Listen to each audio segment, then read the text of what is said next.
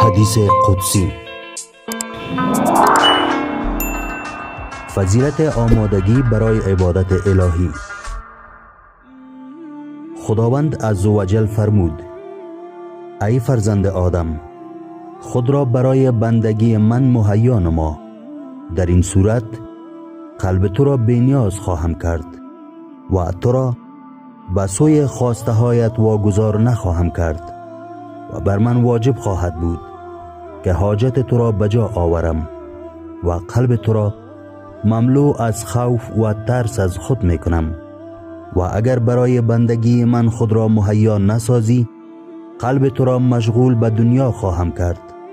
سپس حاجت تو را بجا نخواهم آورد و تو را به خواسته هایت واگذار خواهم کرد.